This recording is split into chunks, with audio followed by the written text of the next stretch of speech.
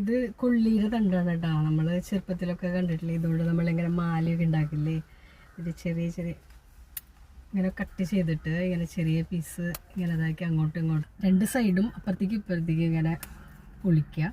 എന്നിട്ട് ഇങ്ങനെ ആക്കിയിട്ട് സ്കൂളൊക്കെ പണ്ട് പൂട്ടിരിക്കുന്ന ടൈമിൽ ഇങ്ങനത്തെയൊക്കെ മാല ഉണ്ടാക്കലും നല്ല രസമായിരുന്നു കേട്ടോ എല്ലാം അന്നത്തെ കാലം.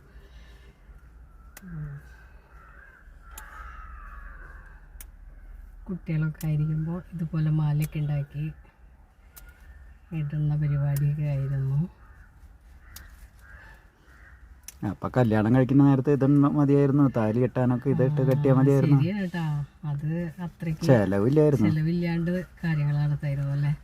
ഇതിന്റെ എല്ലാവരെ ഇവിടെ ഇങ്ങനെ കട്ട് ചെയ്യുക. അപ്പൊ അതൊരു ലോക്കറ്റ് ടൈപ്പിലായിട്ട് വന്നു കേട്ടോ. ഇപ്പൊ സ്വർണത്തിനൊക്കെ വില കൂടുമ്പോ ഇനിയുള്ള കാലം ഇങ്ങനെ ചെയ്താൽ മതി അല്ലേ. ഇതുപോലൊക്കെയുള്ള ഓരോന്നൊക്കെ കണ്ടുപിടിച്ചാൽ മതി. അതൊരു ഫാഷനായി തീരും. നല്ല ഭംഗിയുള്ളൊരു മാല ഇട്ടുണ്ട് കേട്ടോ. ഒന്ന് ഇട്ടെന്നാ കഴുത്തില്. ശരിക്കും ആദിവാസി തന്നെ ആയിട്ടുണ്ട്. ഓക്കെ, ലോക്കറ്റ് വേണമെങ്കിൽ ഇത്തിരിയും കൂടിയും ചെറുതാക്കാം കേട്ടോ. അപ്പം നല്ല ഷേപ്പിലായിട്ട് ഇങ്ങനെ കിട്ടും. ഇതൊക്കെ ചെറുപ്പത്തിലത്തെ ഒരു നല്ലൊരു ഇതായിരുന്നു. ഇപ്പോഴത്തെ ജനറേഷൻ പിള്ളേർക്കൊന്നും ഇതൊന്നും കാണാനുള്ള ഭാഗ്യം ഉണ്ടായിട്ടില്ല. ഇതിട്ട് നാളെ നടക്കാം എന്തായാലും. യെസ്.